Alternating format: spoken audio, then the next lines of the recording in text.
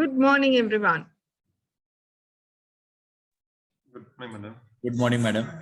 Good morning. Nice to see 16 of you having come back. I'm told that the previous session finished about 15 minutes late, and that's why I was waiting to give you all that additional break. Still only about 16 of you are here, but I don't think we can wait any longer. So shall we start? Is that okay?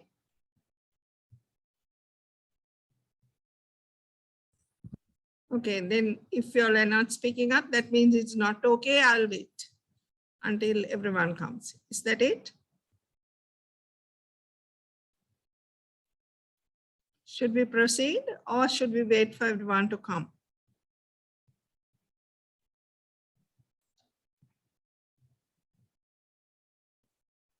Let's proceed, madam.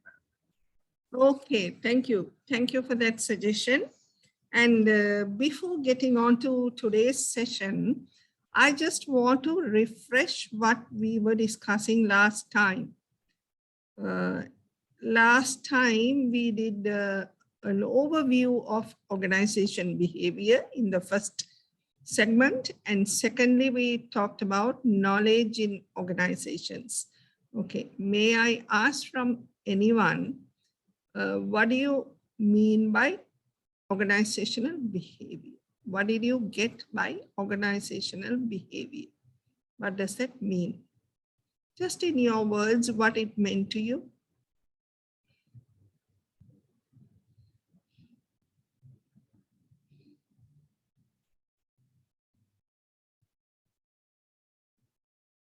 No idea?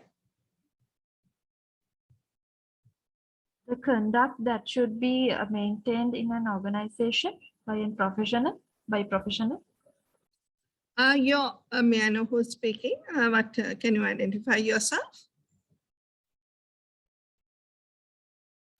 Can you identify yourself? What's your name? I'm Sandhili. Sandhuni, thank you very much for contributing. Partly right, Sandhuni, but it's not necessarily how people should behave. It is actually how people behave. Not necessarily the best behavior. People behave in different manners. So we are trying in this module to understand the different types of behavior exhibited by different people, why they do it, what are the causes for it, things like that. And also we are trying to discover our own personalities as to why when someone behaves in some way, why do we perceive it that way? Why do we react that way? Why do we respond to it that way? So that kind of thing. It's not actually that we are looking at the ideal behavior. There is nothing called ideal. What is right for me may be not so right for you. So it's not ideal, but we are looking at the way different people behave in organizations. So what you said is partly right, but to be improved as the way humans behave in organizations. Thank you, good. So about that, does anyone have anything to tell us, include? If you all have any thoughts, you can share. If you did not understand anything, you can ask me. This is the time. Is there anything you want clarified, or is everything clear?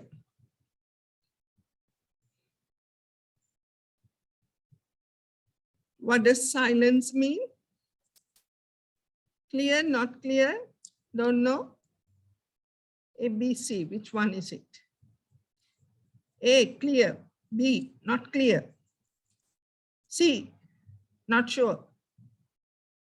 Which one? A, B, or C? Clear, madam. Clear. All right. Someone has put a chat. Clear. Right. Thank you, Ravi. Right.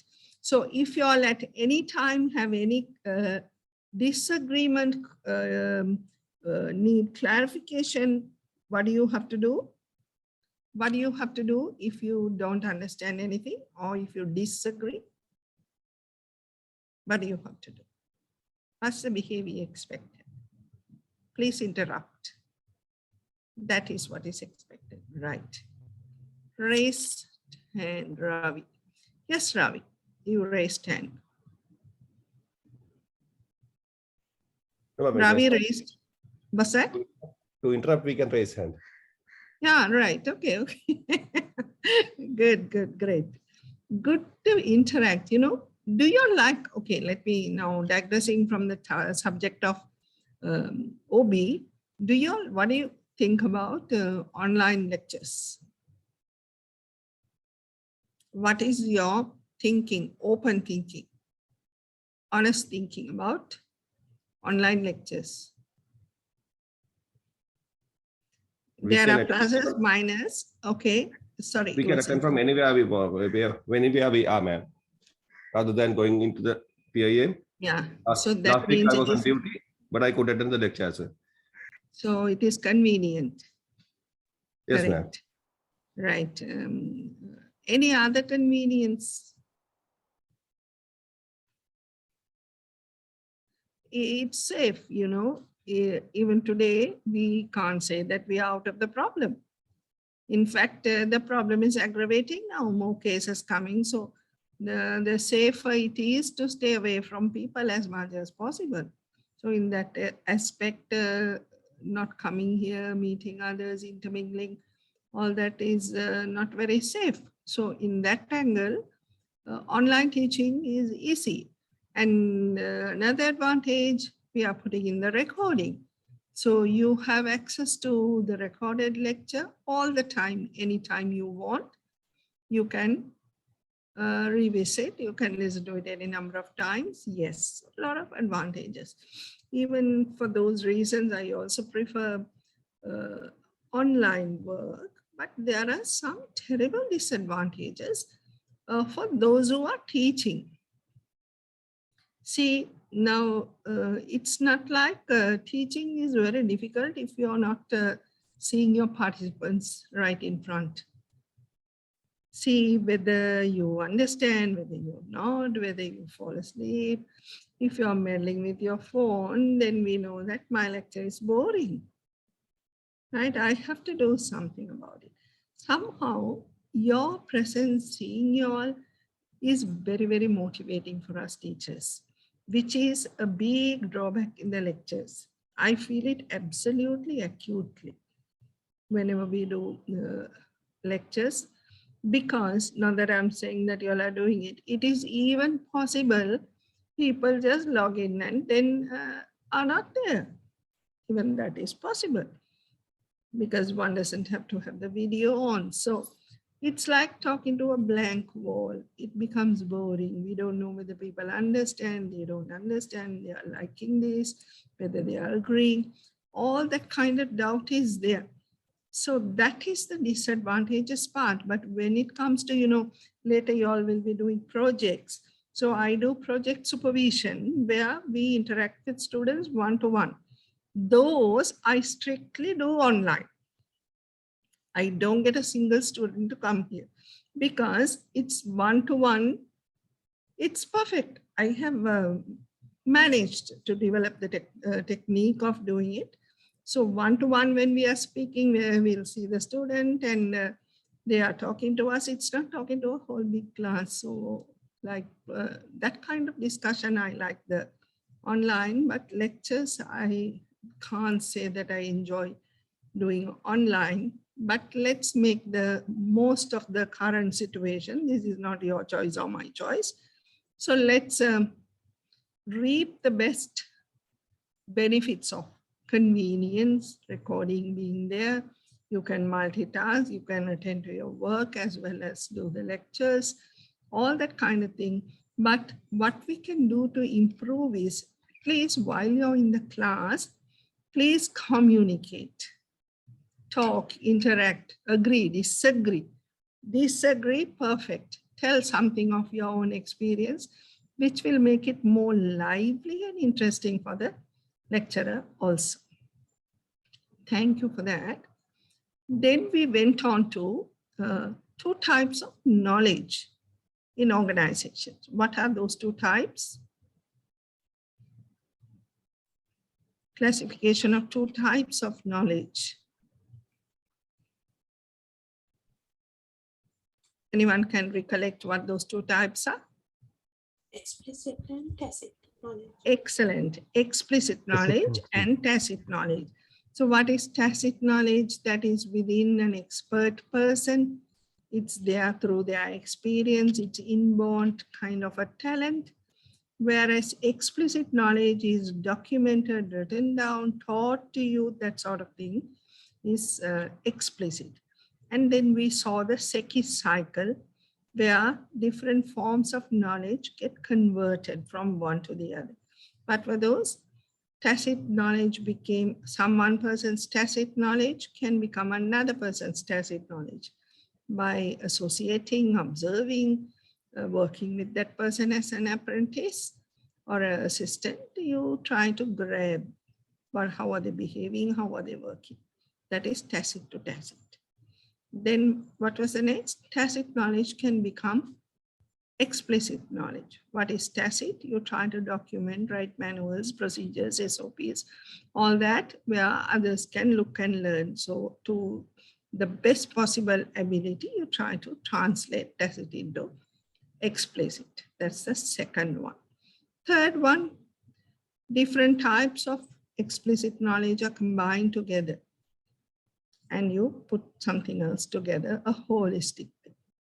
Then explicit knowledge, when you go on practicing, it gets internalized and it becomes tacit knowledge after quite some time. And the cycle continues. So we did that. And you all had very good examples from your own workplace to give for that. Then we saw video. New paradigms. Can anybody tell me what you understood from the word paradigm? What is paradigm? Learn to pronounce it properly. It is not paradigm, it is paradigm. What can be a paradigm? Drastically different things, madam. Yes, different things about what? Different things, correct? About everything, anything and everything. You can, what you feel about something, what you think about something, like even about a political party, the way about education. People may have different ideas about how education has to be. About women's role, there can be a paradigm that women's role is at home. They have to look after children, they have to look after the family, and their main job is cooking and tending to the housework. At a certain time, that may have been a paradigm. Then that paradigm shifted. What did that lead to? Women getting liberated little by little, learning, going out to work and things like that. So a paradigm can shift. So a paradigm is a way somebody looks upon something, you think about something, you have an idea about something, you believe in something. About anything you can have a paradigm. Everything has a paradigm. Second thing we saw was paradigms can change. Can paradigms change? Or are they constant? Just because you believed in something when you were so many years younger, do you have to keep believing in it all the time? Not at all. Paradigms can keep changing. One example I would say in my life is PIM MBA. When I came to do MBA at PIM, believe me, I was the oldest in the class. I was 49 years old. In fact, that time the director was Professor Udit Aliyanage, and in the interview for the entrance, he asked me, why have you come so late? 49 years, right? So my answer was next year, after next year, I would have been disqualified. Your cutoff age is 50. So I came this year, right? Now, having come, I was in for a shock because I was with a much younger crowd. In fact, you would not believe it, 2 of my batchmates were friends of my eldest son. So that means I was studying with the next generation. And there were shocking things, the way they talked, the way they behaved, everything, the language, the technology, all that was very, very different. But what it did is nothing but benefit to me. I had an opportunity not just to learn the subjects that were being taught in the MBA, but to learn about the new generation. I was their classmate, I was their group mate. I had to sit and discuss with them. We had to do group assignments, group presentations, all that together. So I enjoyed being part of this young group and got used to, the way they were speaking and the way they behaved, the language they used, all that kind of thing. It was very, very, what I call rejuvenating, becoming much younger in thought. And that helped me in my personal life to understand my children much better as to why they were behaving the way they were behaving. So it was a paradigm shift for me to change many of my thinking ways. Can any of you tell us some example of if you have had to undergo paradigm shifts? Some of you, maybe before marriage, may have been very introvert kind of a person who liked to be at home and enjoy solitude and music and a book or whatever. But maybe if your partner was a very sociable, party-going type of person, you may have to change your paradigm about social life. Or it could have happened the other way around. You may have been socialized and you began to see the reason to settle down. That also is a paradigm shift. Now we have this concept of same-sex marriage. What did we think of? I still haven't changed in that paradigm. We don't accept that. Marriage is between two different genders, two sexes. But the paradigm shift is dictating otherwise. Part of the people in the world are going the other way. So if you accept, all right, that's also acceptable. Then it's a paradigm shift. The thinking about your marriage, how you visualize, what you think about marriage, you're changing.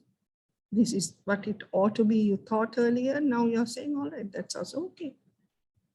Though there's another set of people, there's nothing wrong in that. If you say that, you have had a paradigm shift.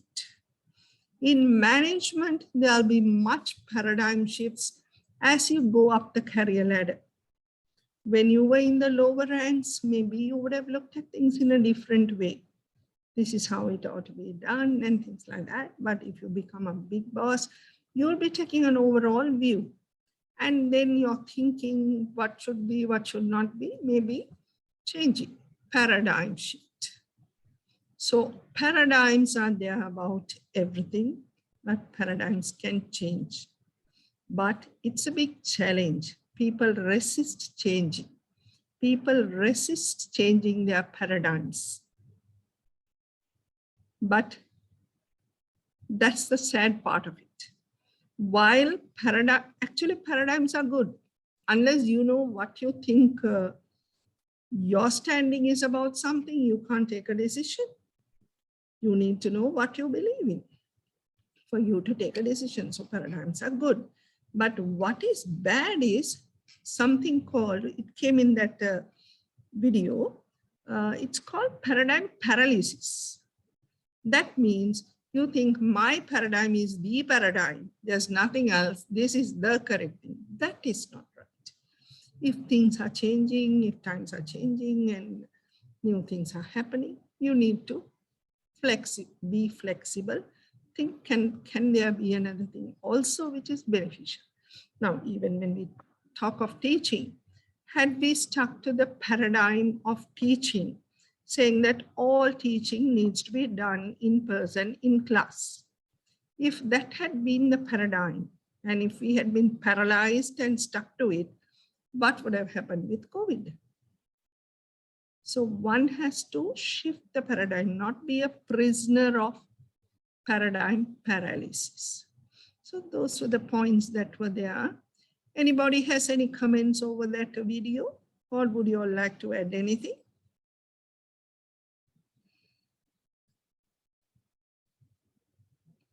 All right, if you all don't have, shall we move to today's session? Or do you all have any doubts yet to discuss about last time's one? If you have, we'll spend a little time. Otherwise, we'll move on. What do you all say?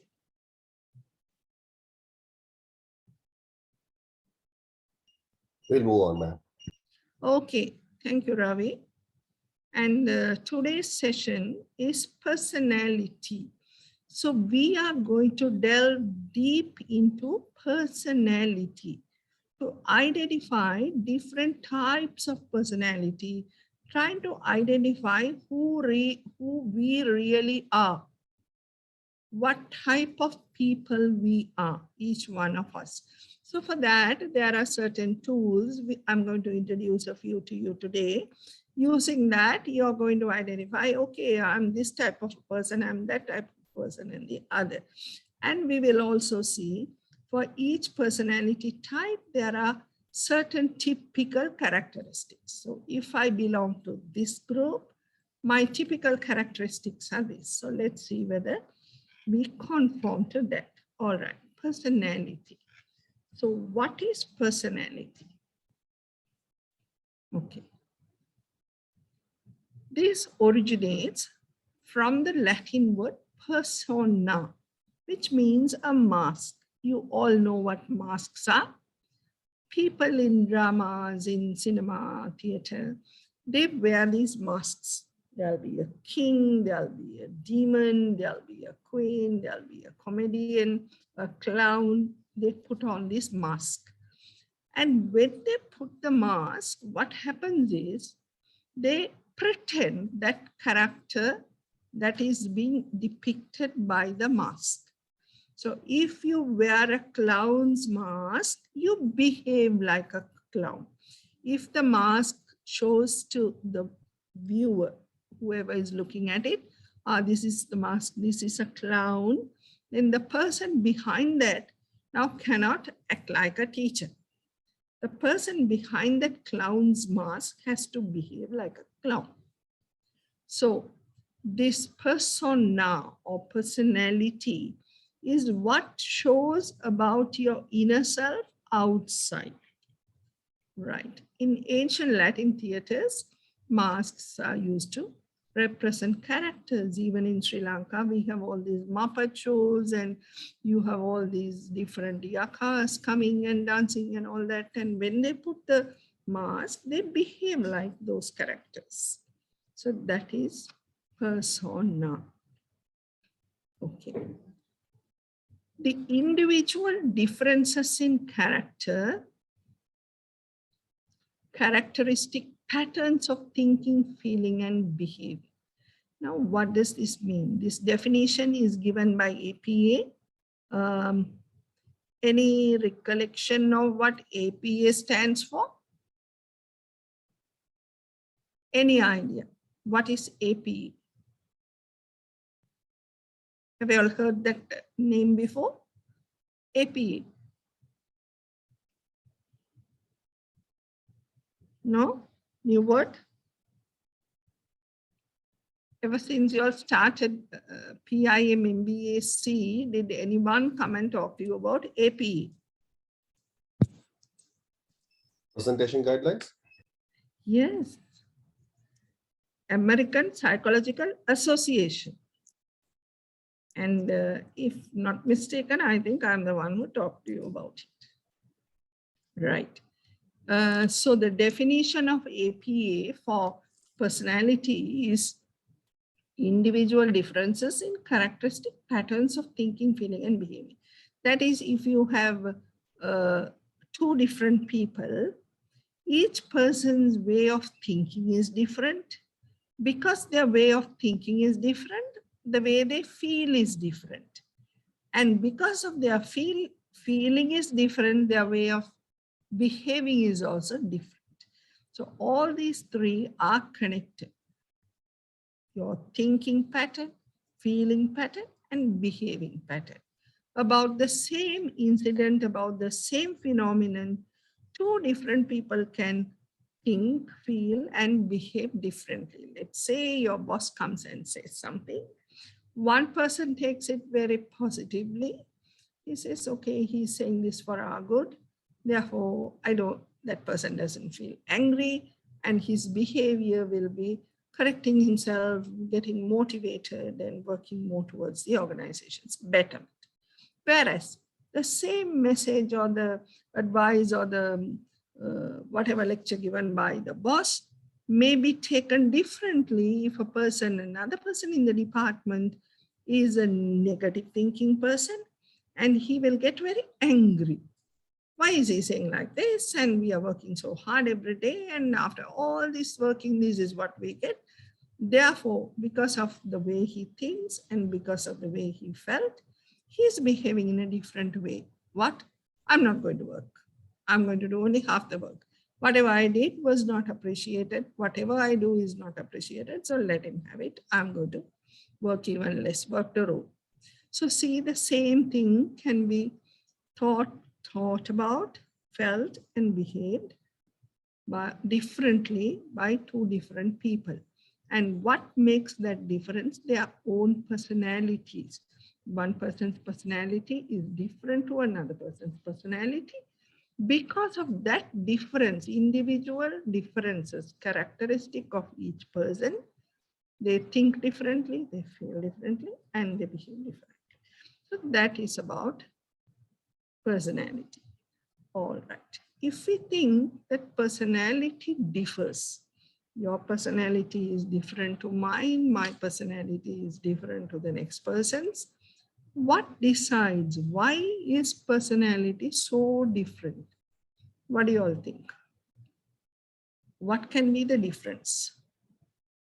What causes this difference? What do you think causes this difference? Why are we all not thinking same way? Why are we all not behaving, feeling the same way? Each one, why are we different? Any ideas? The difference in knowledge levels. Knowledge. Okay. Yeah. Why not? Yes. Yes. Anything else? When you know about something, yeah, you look at it differently. Okay. Any other thing? Environment. Very good. Yes. Anything else? Physically, mentally, and education, and everything is different, madam. Yes. You all are excellent. Correct. These are the three factors: heredity, environment, situation. Now let me go through each one on its own. Heredity. What is heredity? What you're born with, your genes, what you inherited from grandfather to your father to yourself. Now we say, no, like mother, like daughter. I have certain characteristics very much like my mother. The way we get angry, the way we are emotional, things like that, what we like, what we don't like. Some people are like their father, some are like the mother. Between siblings, brothers, sisters, there are differences. Some are like father, some are like mother. Do we agree on that? So there is a small streak of heredity, but it is not 100% heredity. We can't blame saying, why are you like this? Why are you being so illogical? What to do? My mother was also like that, and my grandmother was also like that. So it's not my fault. I'm not a logical person. I can't say that, right? To a small extent, yes, that influence is there. But mainly it is the environment. It's not the nature, it is the nurture. Nature is N-A-T-U-R-E. Nurture is N-U-T-U-R-E. Nurture is the way you bring up, the way you're brought out. the environment in which you are put in. Now, you all said about education. So that's an environment. Whether you are put in an environment of educated people, you are surrounded by educated people, then you behave in a different manner. If you were put in another community, people who are a tribal a lot, the way they think, they may not think very much. They may be only thinking about survival, hunt and eat and survive, not intellectual stimulated people.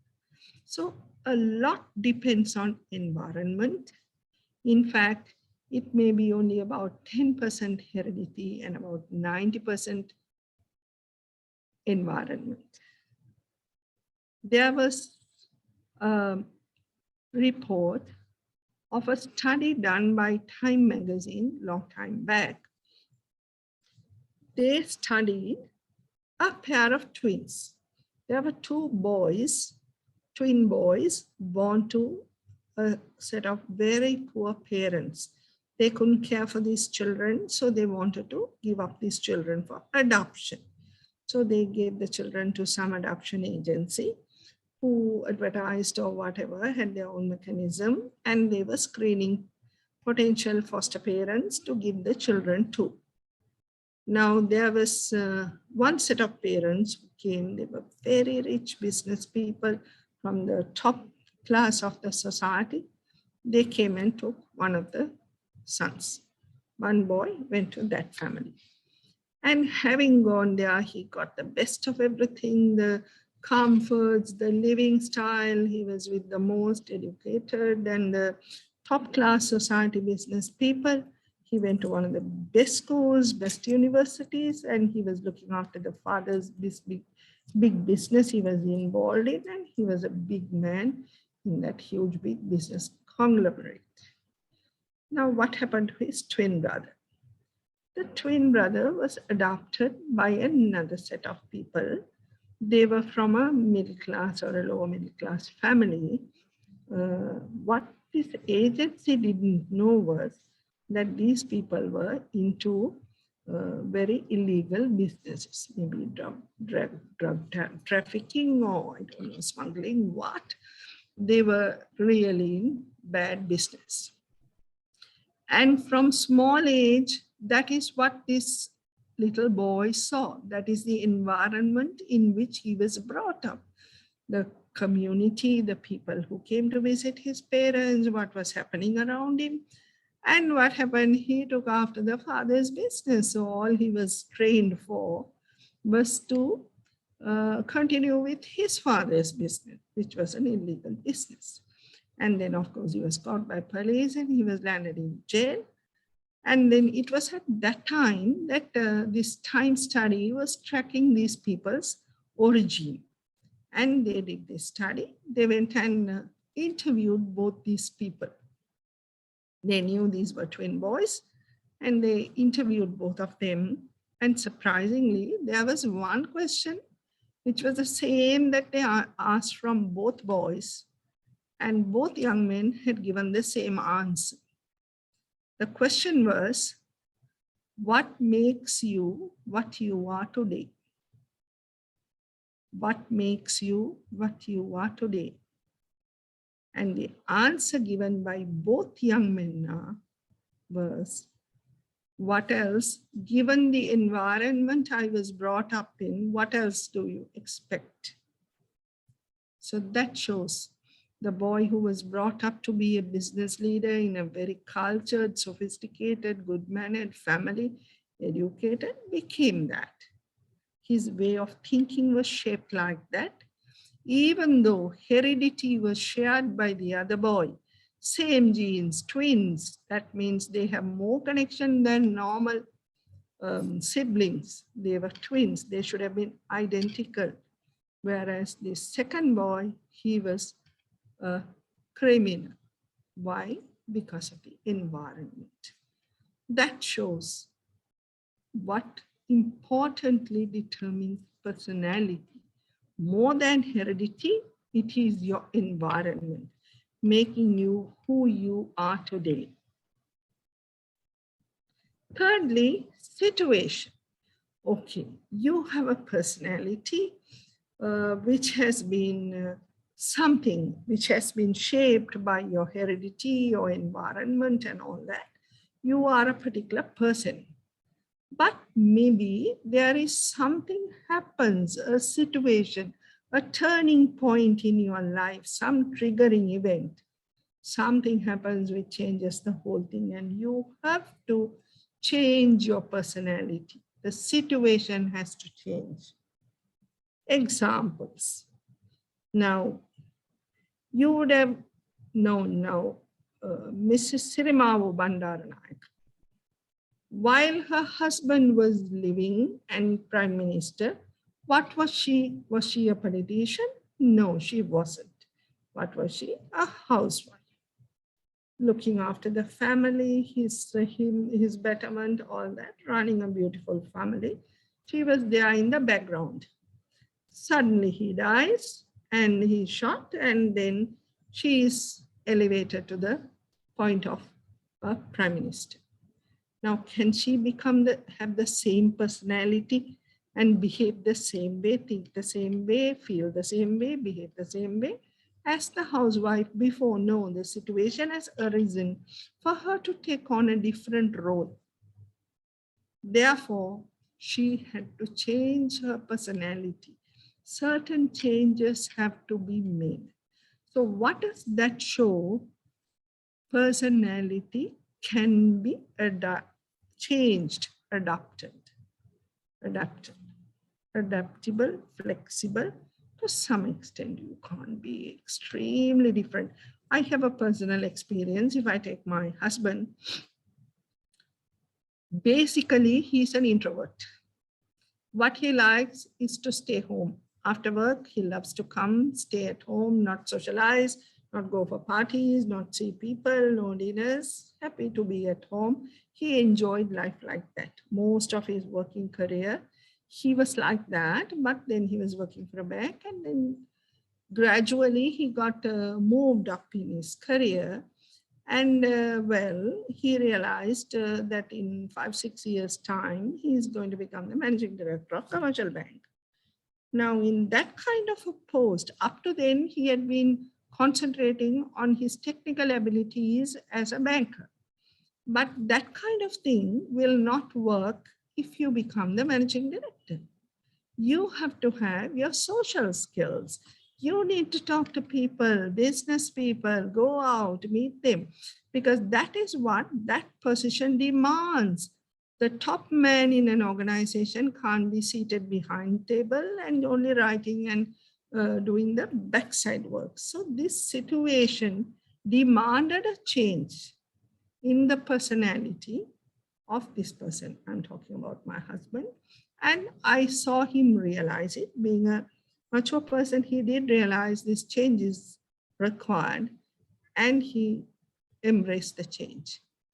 He was going for parties, he was moving, he was entertaining, calling people, this, that, and all, even though that was not his preferred style. It was not his preferred style, but he had to adopt to that different personality. As long as he was in that post for several years, he had to be an extrovert.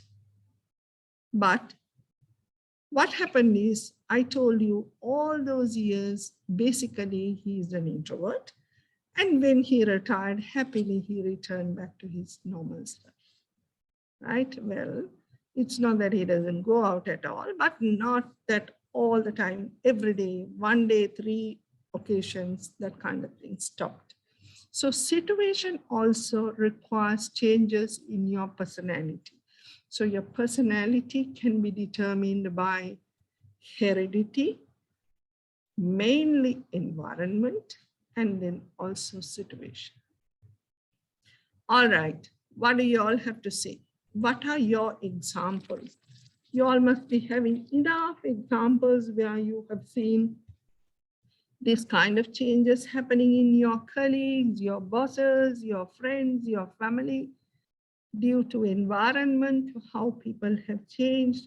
There are enough cases where suddenly a father who was running a big business empire passes away or whatever, suddenly, and the son, who would have been a young and carefree boy, was thrust into taking over the leadership.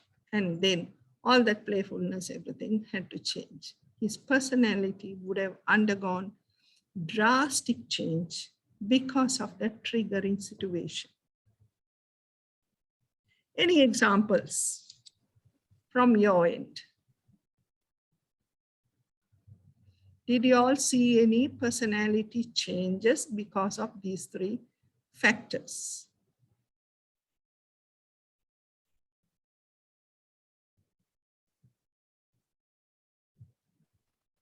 Yes, Ravi. And when we were working at preventive division of customs, what we Yes. did was enforcement. So we Okay. had to make sure that all the laws are obliged, and we have to stop smuggling. And what we did was practical enforcement. So we had to be harsh, somewhat harsh, but when we are performing our duties. But after the preventive division, what we had to go was the baggage division. That was inside the airport. So in the Okay. airport, we had to deal with general people. So when we are dealing with general people, our attitudes, tones, and everything has to be changed. So that fits into, as a nice example, into situation, Ravi, isn't it? According to the situation, you're adapting your personality. Excellent example. Thank you very much for sharing. Any others have anything to share with us? Have you all understood now? This is another thing about, are leaders born or are they made? What do you all think? Leaders, are they born as leaders or are they made? Do you all understand the question? Few are born, but many of are made. Many of the leaders are made. Excellent, right. Few are born leaders, but most of them, environment makes them leaders. The situation, emergent leaders, you may not be the top designated person in the organization, but suddenly some crisis happens, you just rise to the situation, you take leadership. So situational leadership, environment makes most leaders, but some are born with the leadership qualities. But even if you're not born with the leadership qualities, this environment situation can certainly make leaders out of all of you. Thank you for that. Right. So do we understand personality determinants? Right. Okay. Now, have you all seen this? Something very interesting. This is called, now it looks like a window, no? So it is called Johari window, right? And it was developed by Joseph Luft and Harry Ingham. Therefore, combining those two people's names, Johari, we call it Johari window. According to this, in any person's personality, there are 4 types: known to self, known to others. So there are 4 different quadrants. To make it easy, let me move to this slide. This is the same thing what we saw there. Right. Now, what does this say? This first quadrant on the left top side, known to self, known to others. That is about your personality. You know everything and others also know everything. That is called an arena, an open area. So whatever is visible, you know it about yourself. I'm this, I'm this, I'm this. And other people also know that. So that is an arena, and that is where there is no hanky-panky, no hidden motives. People know you for who you are. Then there is another segment down, left bottom, known to self, but not known to others. That is called facade. What does that mean? You are something, but you're not showing it to others. maybe you are jealous of somebody, your colleague, but to his face, you're not showing that you're jealous. You're talking to him very nicely. So he can't guess that you're hiding a jealousy in you, but you know it. You may be a cunning person, you're sweet talking to everybody, but you're having ulterior motives. Okay. Or even you may be actually a person who's scared, very nervous and all that, but always in company or putting up a strong front, the way you speak, the way you behave, as though you know you are a very courageous, very brave person who can, you're pretending like that. So you're really pretending, which other people don't know. I told you for some time, due to a situation, a person who is not a social loving person can pretend, can adopt that kind of lifestyle. Others may think, oh, he loves coming to parties every day. He would like to go from one party to another party to another party. He loves it. So that's what they think, but actually inside he doesn't. But he doesn't show it to others. He's going for each party with a smiling face. He knows that he's tired and he wants to go home and rest, whereas others don't know that. So that is a facade. Okay. Then we move to the right side. Not known to self, known to others. This is blind spot. Even when we drive, when you're in the driving seat, you know that there is something called, you keep looking through your side mirrors, but there is a thing called a blind spot. In that place, the side mirrors don't capture the vehicle that is coming on the side. And there is possibility of an accident because it's in the blind spot. You could not visualize that. Same way, you don't know, but all others know. We think everyone is a fool, but others have seen that.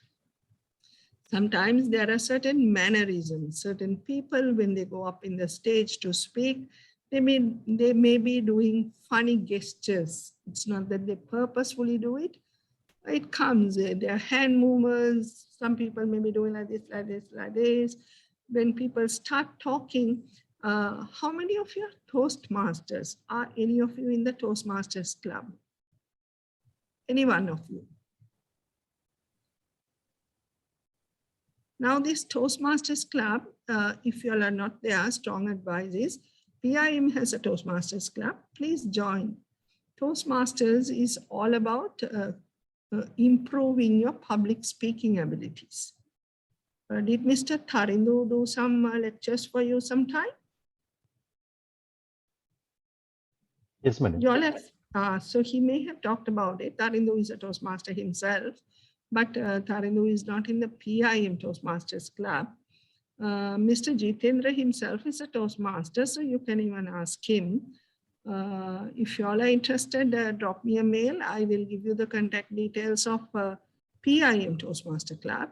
So what these people do is train you to speak in public. And one exercise is when your speaking slot comes, there is one role player whose role is called a counter. A counter.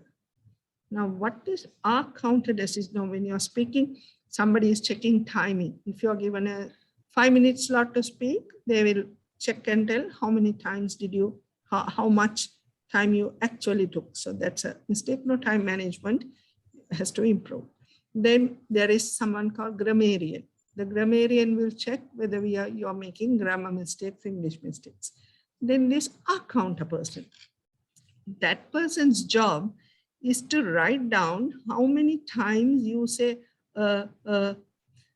unknowingly, without our knowledge. Many of us, when we are speaking, in between sentences, we say, then I came to class, then the class was to start at 10 o'clock.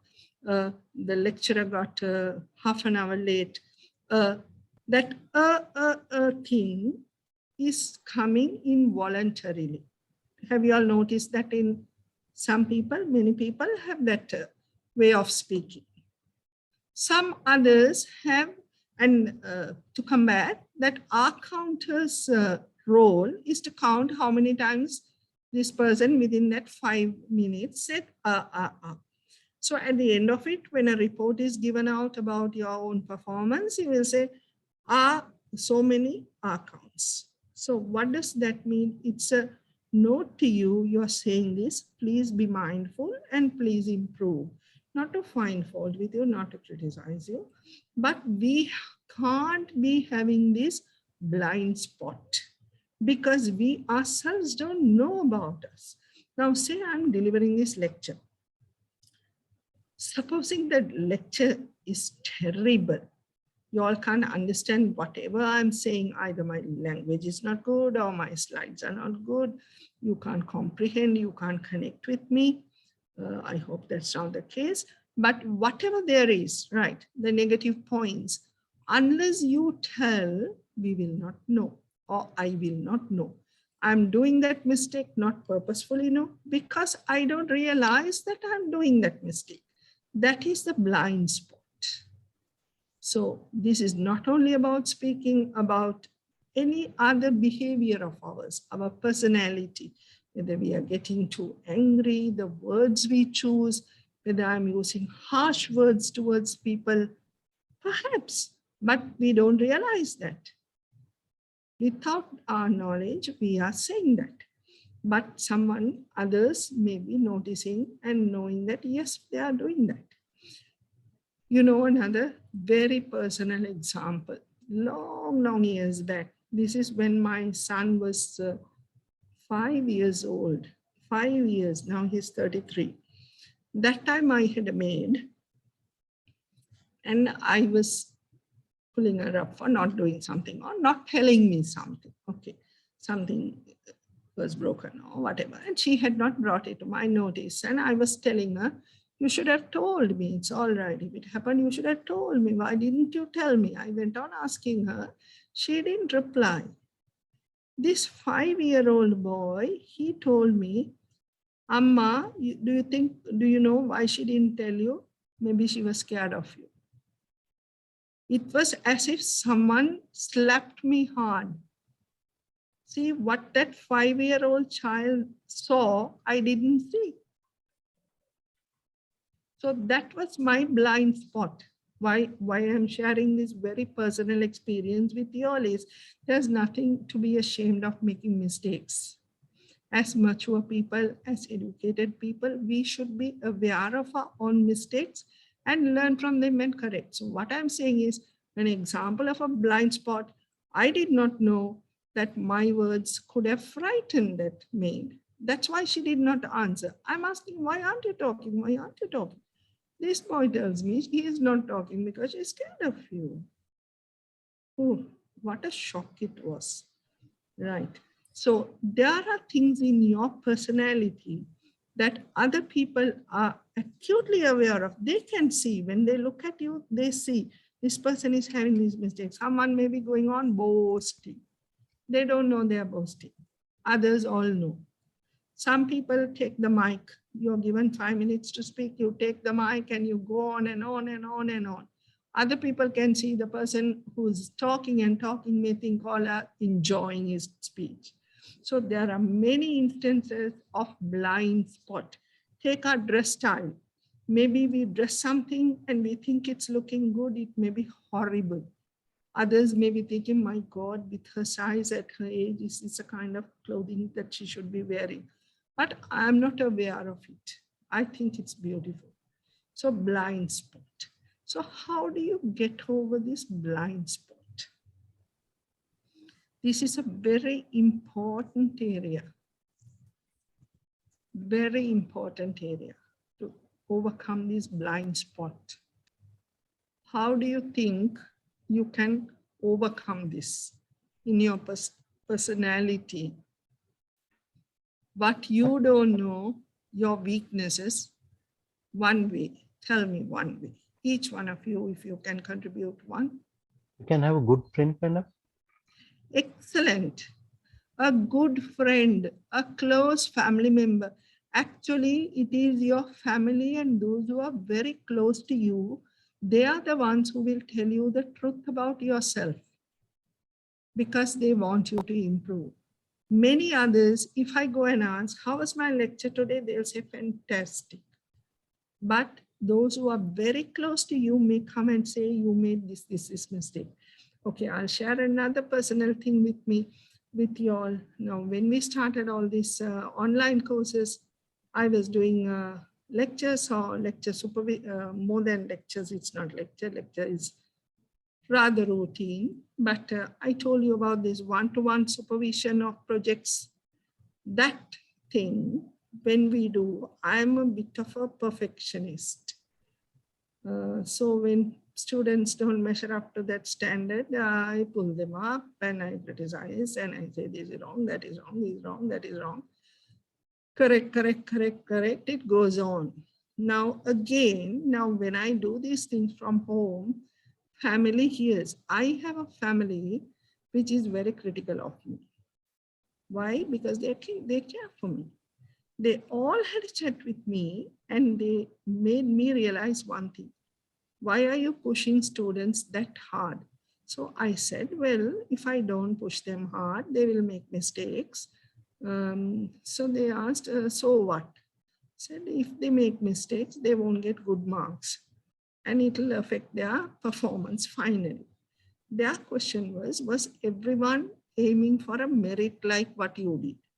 I'm a high achiever.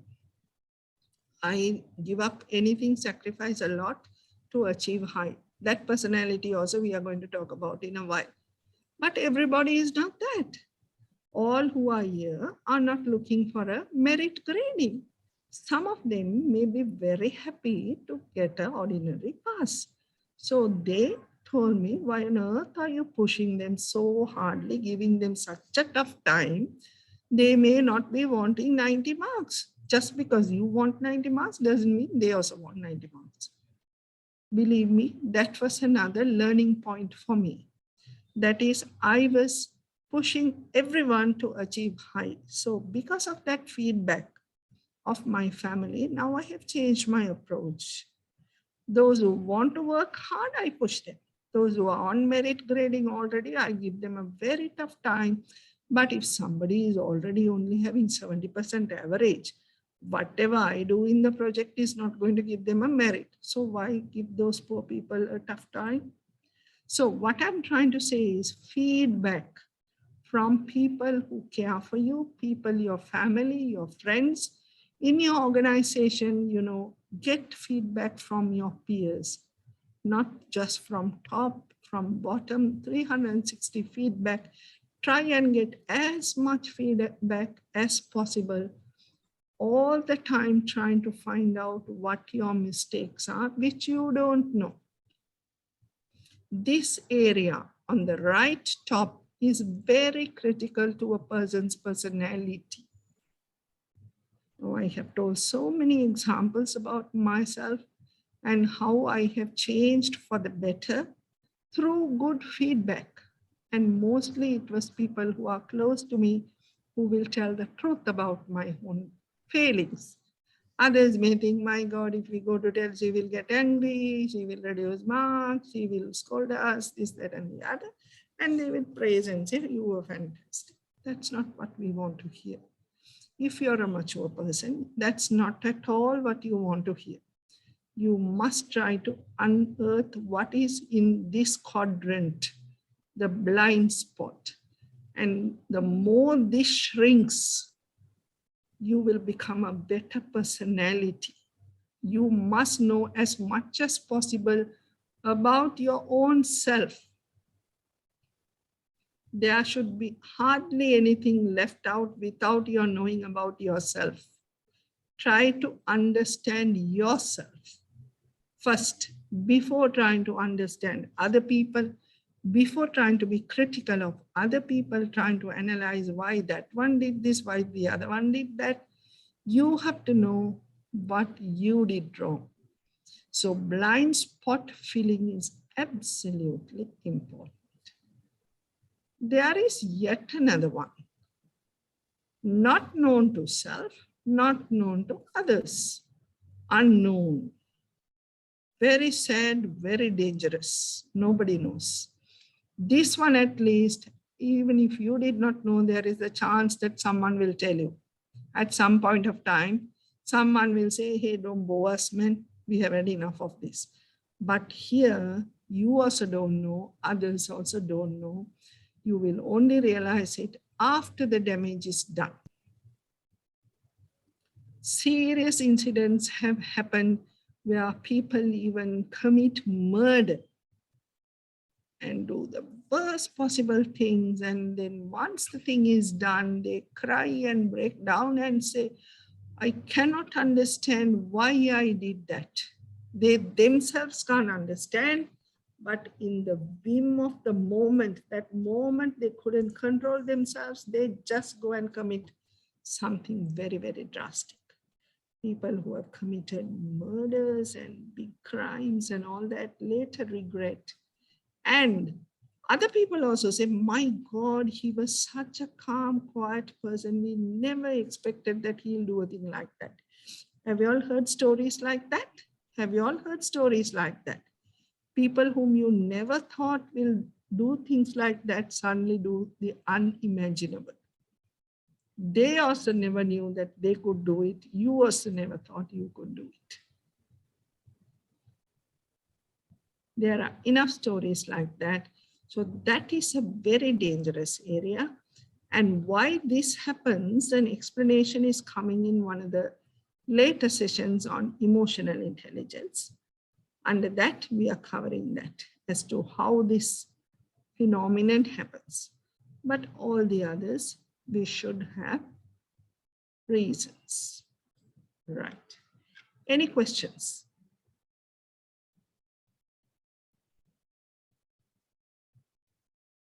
Any questions, any feedback?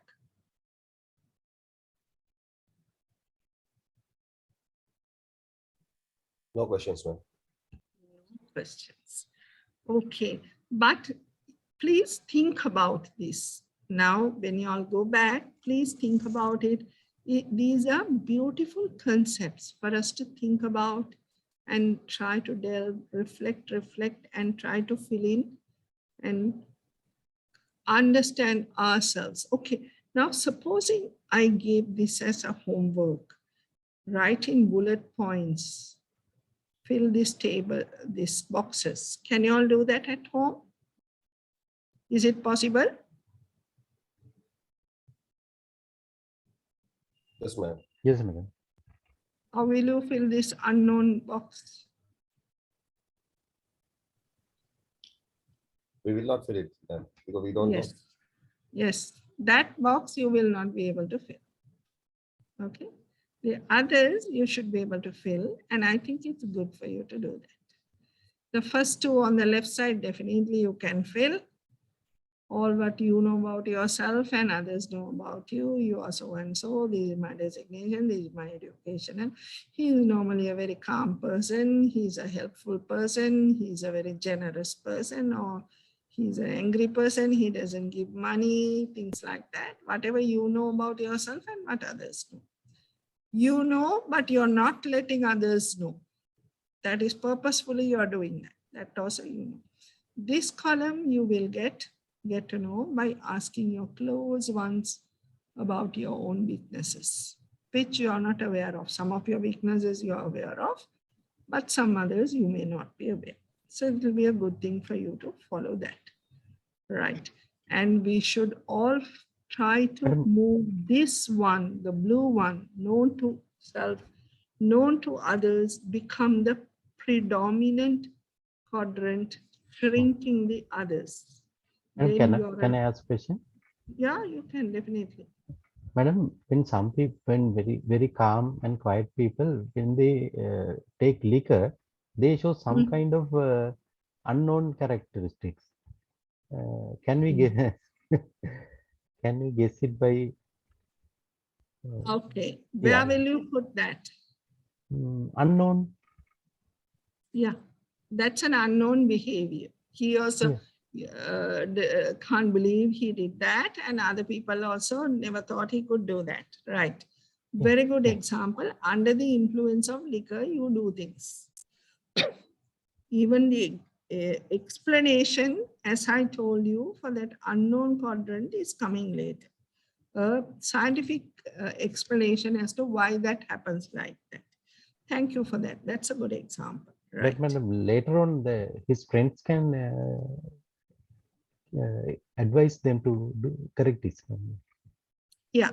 Then if you realize that because of the liquor this is happening, they can advise stay away from liquor or be controlled when you take liquor.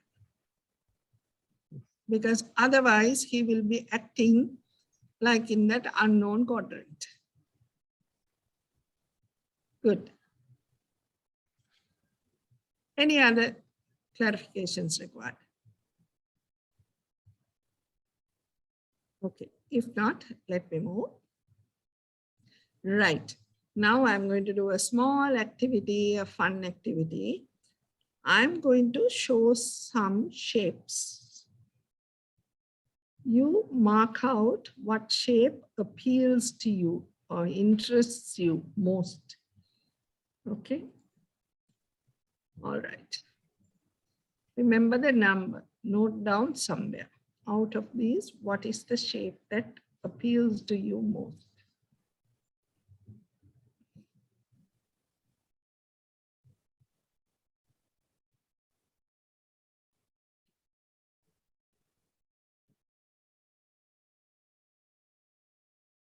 Done?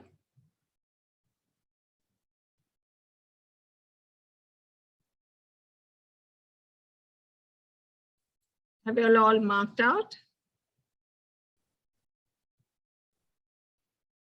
Yes? Yes, sir. Madam, Okay, right. Now tell me, who are the people who marked first? Sorry, I shouldn't be putting this. Has anyone put first?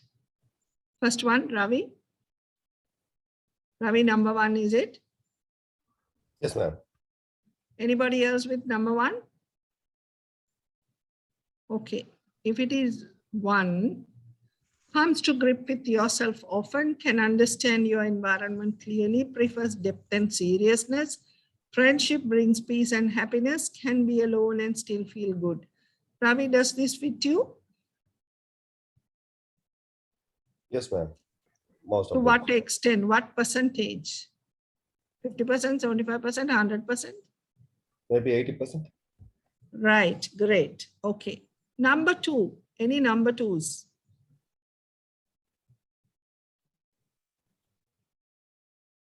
Anybody who got selected number two? Nobody. Okay, number three.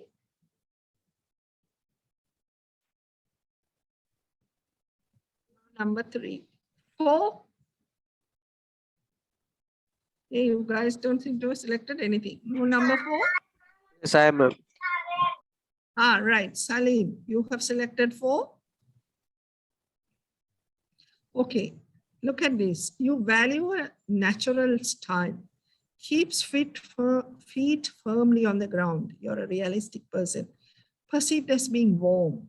Tends to be simple and uncomplicated. Gives security to those who are close. Is that you, Salim? 80%, ma'am. Yes, correct. Very good. Very good. Okay. 6. Any 6? 7. 8. 9. I selected. 9. Nilang. Okay, what is the, this is being, this is covering now. Let me see. What the, how do I move this?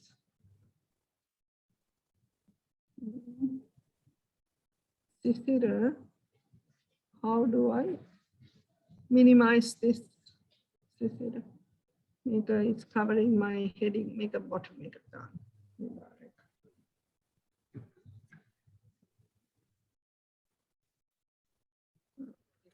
Go to the very bottom. Okay,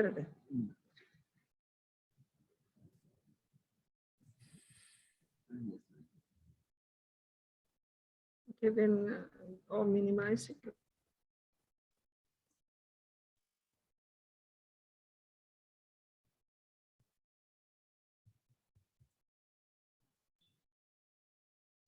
Okay, for Nilanga, what was the number you had selected? Number 9. Nilanga, what number? Nilanga, Number what was 9. your 9? Number 9, madam. 9, Nilanga. Number 9. Right, my God, Nilanga, you're romantic, dreamy, emotional. You're very sensitive. You values the feelings as important feelings. Avoids people who are only guided by rationality. Encourages people to have dreams. Is that you, Nilanga? Does it fit in? It has a rich variety of moods. Not just one mood, you keep different moods. So are you a sensitive people with a lot of feeling and emotions? Nilanga? To some extent, yes. Okay, right. Anybody with, yeah, only 9, okay. Right, so that was generally a icebreaker. Now we are coming to a serious section. Now this will be related to your individual assignment. Now, what was your individual assignment? This entire session 2 is very related to your individual assignment. Individual assignment was to identify, was it five areas for self-improvement? Was that the thing? Right, so how do you improve? By knowing what your shortcomings are. Okay, so this is one of the things which is going to help you. And what is that? There is an instrument called a Myers-Briggs type indicator. 2 people, Myers and Briggs. They have developed a mother-daughter combination. The Myers-Briggs type indicator, which is called MBTI, is used to get an indication, a measure of your personality. In fact, some of the companies, when they recruit people, in their interview process itself, they assess people's personalities. Okay, what is MBTI? It's a diagnostic instrument. What is a diagnostic instrument? Now, what does the thermometer diagnose? It's a diagnostic instrument to measure your body temperature. Pressure meter diagnoses your body pressure. Glucometer measures or diagnoses your body's blood sugar level. So like that, MBTI questionnaire, or we call it an instrument, that one is measuring your, diagnosing your personality type. See, it's not only in medicine, we have diagnostic instruments in social sciences also. What your personality type is going to be now measured, right? This was originated by a social scientist called Carl Jung, psychologist. He was a key disciple, the main disciple of Sigmund Freud. So Jung, you don't pronounce it with a J, you pronounce it as a Y, Carl Jung. Carl Jung made a measurement type, and that was made into a commercial type by this mother-daughter combination, Catherine Briggs and Isabel Myers, mother and daughter. Both of them together, they worked on Carl Jung's personality type instrument, and they made it a commercial instrument, right? So what is said here by Isabel Myers, whatever the circumstance of your life, understanding the type can make your perceptions clearer, your judgments sounder, and your life closer to your heart's desire. The important word is type. There are certain, according to this, there are 16 types of personality. So if you can try to understand what type of personality you belong to, it can make you yourself to understand your perceptions clearer. Your judgments will become sound and you're close to your heart's desire. You will choose the jobs that you are best at, your heart likes and things like that. For that, I must first understand who I am. Well, it's not as easy. Like right now, if can I guess what my body temperature is? No. So I have to take the temperature thermometer and measure. If I want to know what my blood sugar level is, I have to take the glucometer and prick and get the blood sample and test it. So like that, if I want to know what my personality is, I have to use a measurement. But unlike your temperature and blood sugar, your personality type is not changing all the time. But it doesn't mean that it doesn't change ever. But over a certain period, it will be stable. As you grow older, as your circumstances, your situation changes, as your environment changes, maybe over a few years of time, if you take your personality measurement after 5 years, in a different post, in a different position, in a different environment, maybe there can be slight differences in your personality type. Not that day after day it keeps changing. Like your blood sugar. Blood sugar, morning something, evening another thing. Right. Okay, so let's have a look at what this is. According to this MBTI, there are 4 main personality dimensions. One thing is about social orientation. Now, already I hinted about this. Socially, are you an extrovert or are you an introvert? If you're an extrovert, we call you an E. Otherwise, you are an I. What is an extrovert? Who is an extrovert?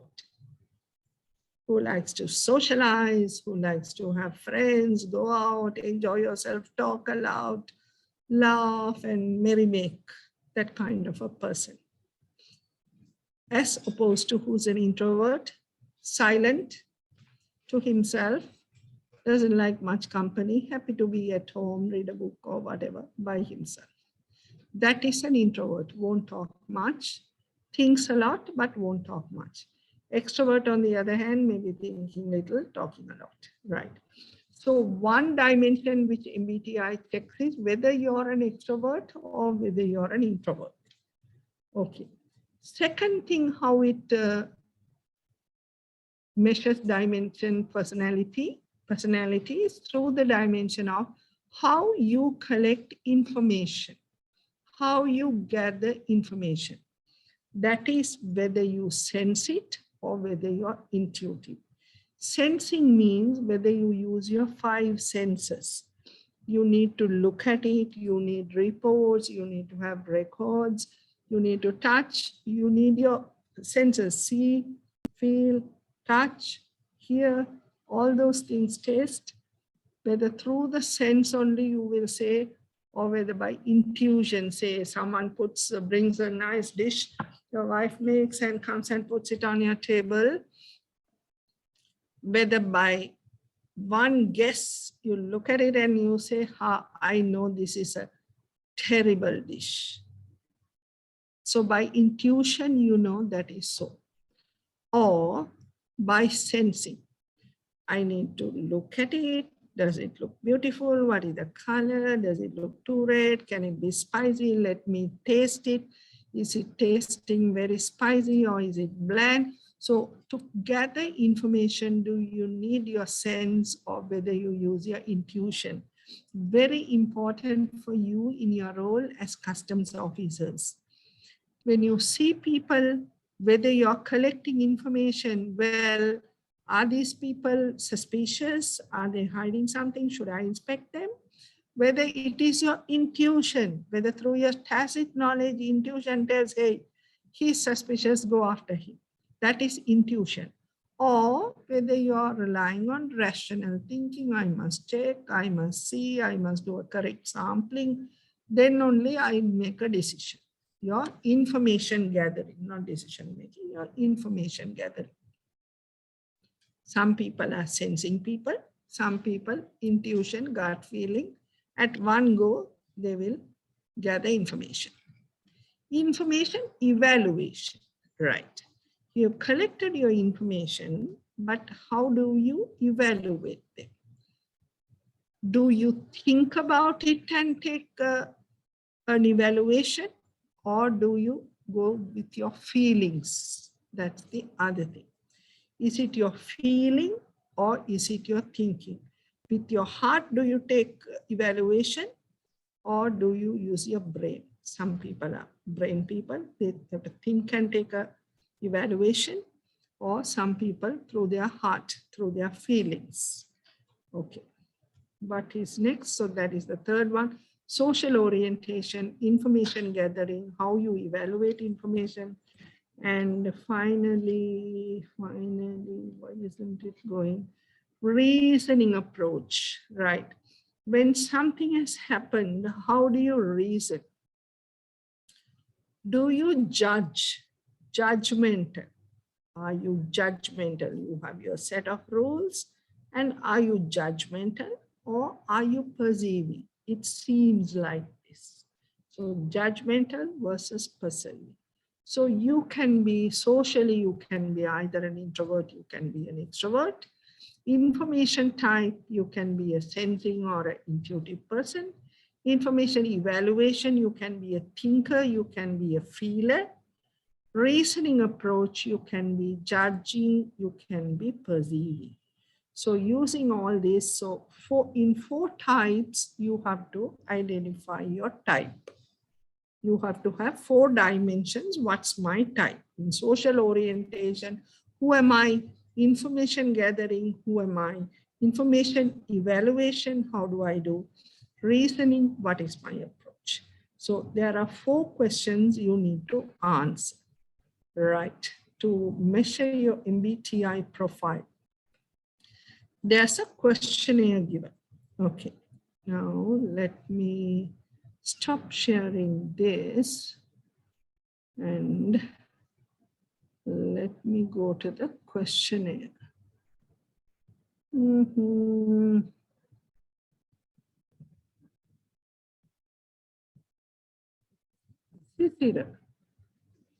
Where is this? The questionnaire. Question is dekaktivuna. All right, okay. That one, yeah.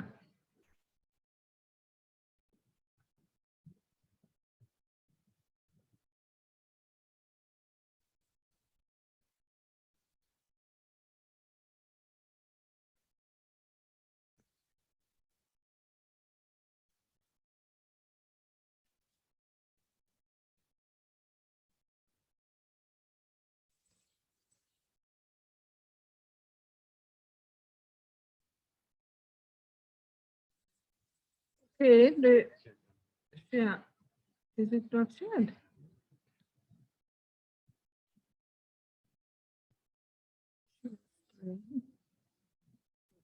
Thank you.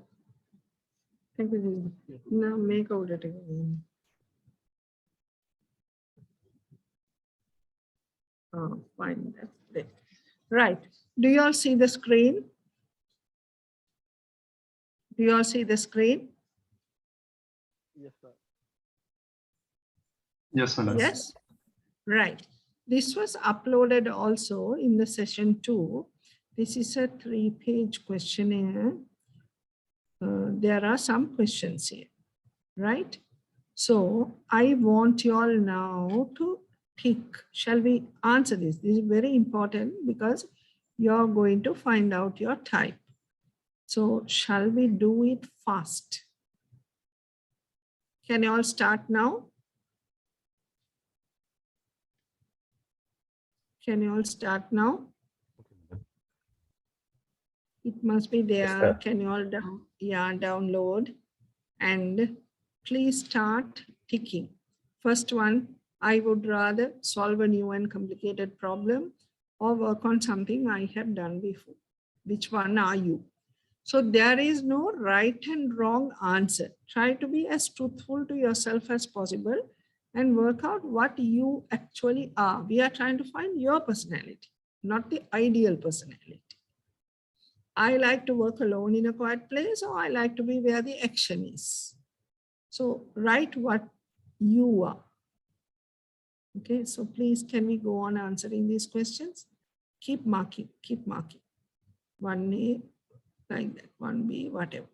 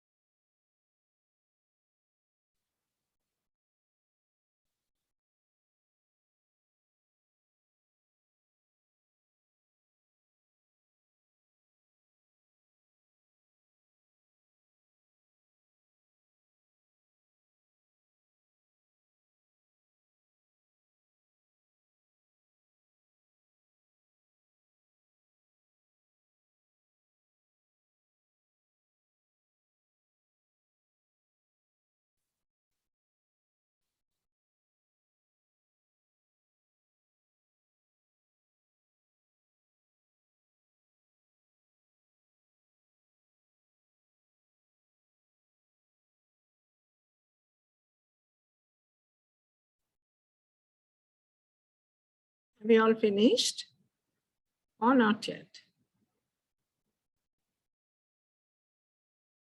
32 Not yet, questions. ma'am. Okay, okay, take it down.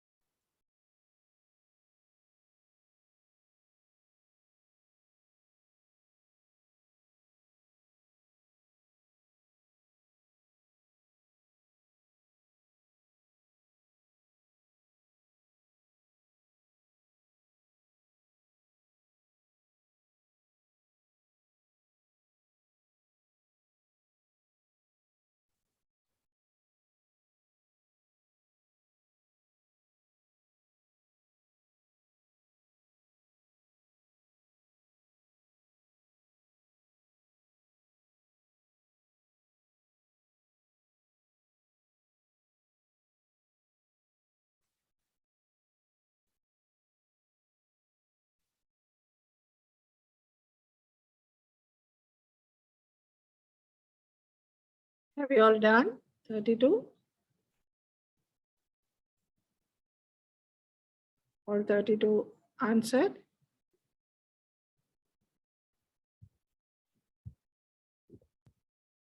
Have you all answered all 32? Can we have two or 3 minutes?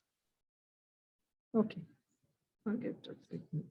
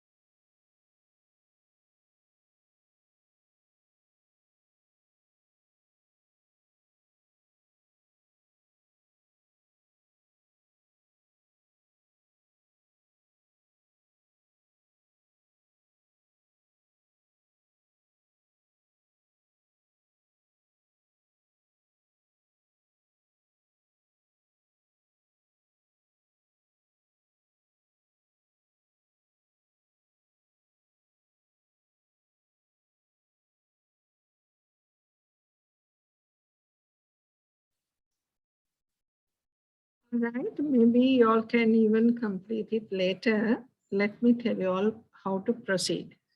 If you all have done this up to 32, if you haven't done it right now, don't worry, you can complete it after the class, maybe tomorrow. What you do is there is a box called analysis. Do you see that? Score for I, score for E, score for S, score for N, score for T, score for F, J, and P. Now, second question, if you by any chance have answered A, you put 1 here. Next to the A, you put 1. Supposing you have answered to B, put the B, 1 next to the B. Similarly, if you have answered 1B, you will put 1 here. If you have answered 1A, you will put 1 here. So wherever it matches the answer you have given, go and put a 1. Then what you will do is, on a column, count totally how many ones you have marked. Not necessarily know either 11th question, you would have answered either A or a B. So either this will be 1, this will be 0, or this will be 1, A will be 11A will be 1, 11B will be 0. So both columns will not be the same. Total up the ones and put the number here. Then put the number here. Do you all understand that? And then out of these two, identify the one with more points, I or E. If I is higher than E, this is I, this is E. If this is higher, then you are an I person. That means you are an introvert. Okay. Then out of these two, similarly, if this box is higher, you are an S. If this box is high, you are an N. This one, if this box is high, you are a T. Otherwise, you are an F. Here it is, you are a judging person or you're a perceiving person. Did you all get that? After first ticking, go and mark 1, 1, 1, 1 to wherever you have answered, and then total and put. So you will know in the 4 dimensions, social orientation, am I or E? That is, am I an introvert or am I an extrovert? The other one, S and N, what are those? Sensing or what? What's the other one? Sensing or? Intuitive. Intuitive. Why we have not put I there but N? Because I is already used here. So we can't put another I there. So we have put intuitive. So you will know information gathering, am I sensing or intuitive?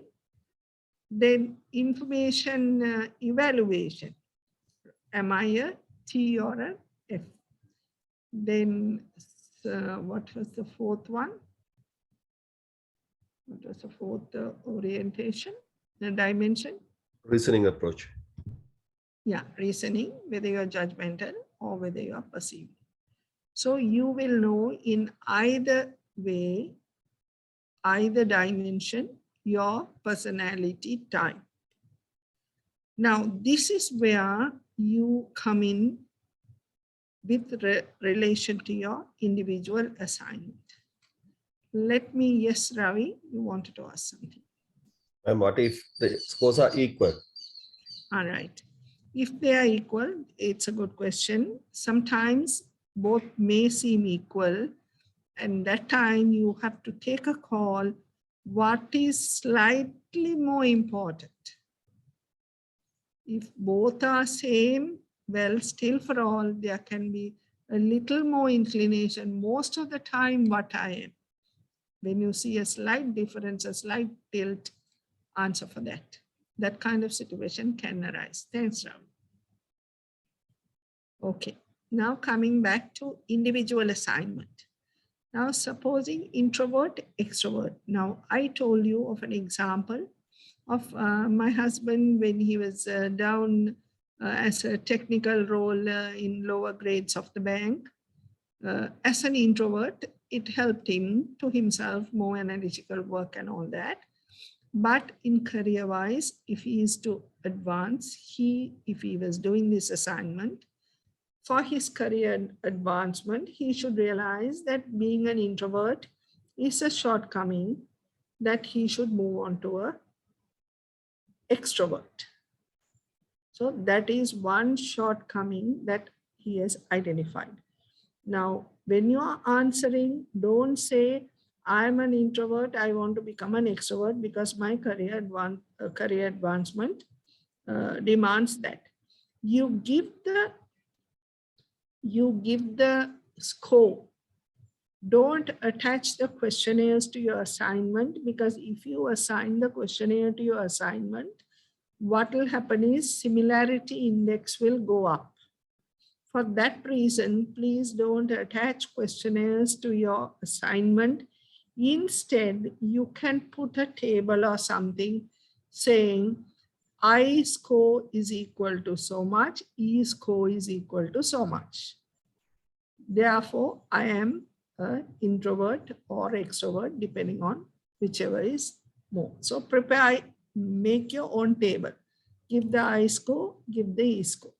So supposing you identify being an introvert as a shortcoming, and for your career advancement, if you want to become an extrovert, then we want your action plan with an IRTU diagram as to how you are going to become an extrovert, how you will maybe join the Lions Club, maybe you will join Toastmasters and improve your social network, public speaking skills.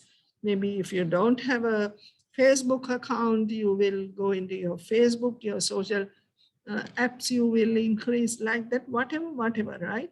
And what output it's going to give you and what outcome it is going to give you with timelines. So I'm only giving an example. All of you don't have to follow that. So in your assignment, you can't vaguely say I'm an introvert, I want to become an extrovert. You have to give your I score, you have to give your E score. And from that, you have to say, and even within an I, you can discuss. I do this, therefore, this is what my natural tendency is. So you can discuss and say, these are the things I want to overcome. Because you're not a total introvert, there may be some introvert points, some extrovert points. So what are the things you want to improve and how you're going to do it? That is your individual assignment. There are more tables like this coming. This is only one. Okay, so go on with it. Yeah, yes, please. Yes, Aranda. If my marks are equal for both I and E, what should I do? If the marks are equal, this is, I will give you the same answer what I gave to Ravi a while ago. Revisit, and it has come about because it is the same. There has to be some point where you are a little more extrovert than an introvert. Most of the time what I am, you have to pick one, right? So I'm almost there, but what is my most preferred inclination? You make a call of judgment there. Okay, madam. Okay, madam. Okay. You will definitely come across that kind of situation. A lot of people have. So make a call whether you're an introvert or an extrovert. That's only an example. Right. Now, let me get back to the slides. Do you all see the slide? Is it there? No? Yes? No, madam, we can't see. No, can't see. All right. One moment. Share screen. Okay, now you can see. Yes, ma'am, we can see. Yes, Now you can see. Right, let's go fast. We started late and I need to finish. Otherwise, your whole day is going to be delayed. So MBTI, this is how we are going.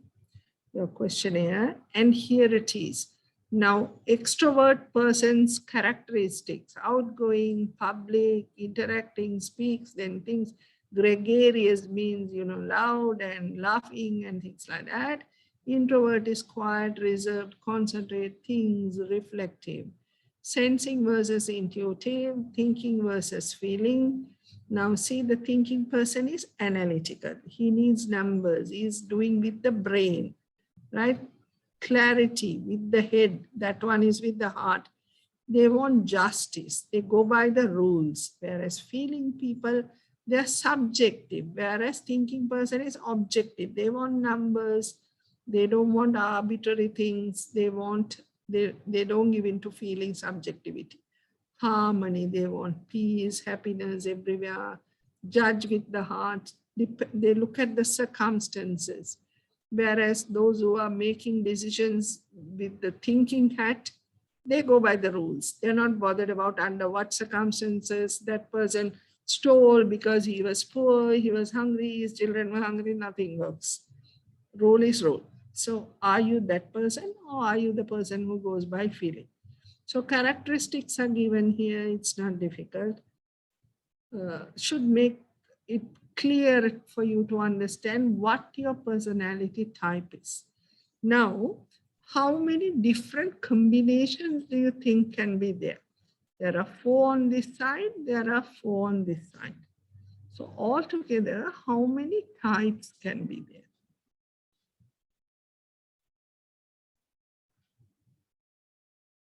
There can be 16 types. You can be an extrovert, intuitive, feeling, perceiving. Or you can be an extrovert, sensing, feeling, perceiving. So like that, you go on changing the combination. 4 on this side, 4 on the other side means you can have 16 different types. So the type you will designate by the first letter.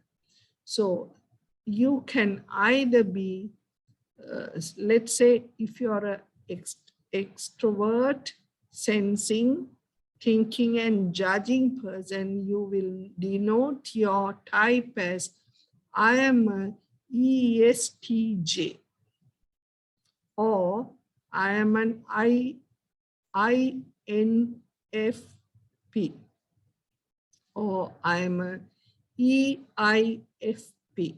So like that, there are 16 types starting with the first name. Only the intuition will start with a name. Right? So identify your type, who you are versus what you do.